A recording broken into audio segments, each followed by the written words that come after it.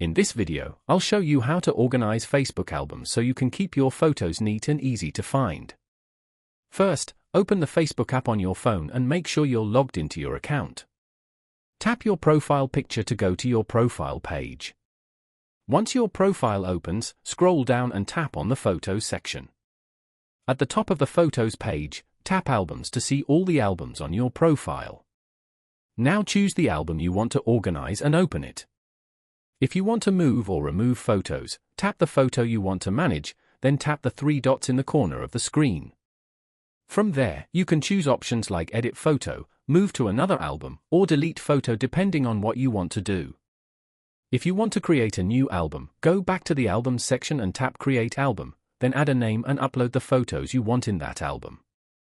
You can also edit album details by opening the album, tapping the three dots, and selecting Edit to change the title, description, or privacy settings.